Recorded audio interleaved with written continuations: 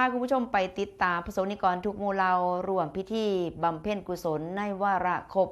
50 มื้อปัญญาสมวานแห่งการสิ้นพระชนม์ถวายเป็นพระกุศลแด่สมเด็จพระเจ้าลูกเธอเจ้าฟ้าพัชรกิติยาภา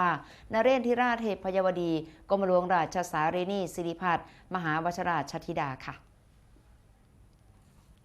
เริ่มต้นกันที่จังหวัดนครพนมว่าที่พันตรีอดิศักดิ์หน่อยสุวรรณผู้ว่าราชการจังหวัดนครพนมเป็นประธานในพิธีบำเพ็ญกุศลในวาระครบ50 มื้อปัญญาสมวานแห่งการสิ้นพระชนม์ถวายเป็นพระกุศลแด่สมเด็จพระเจ้าลูกเธอเจ้าฟ้าพัชรกิติยาภา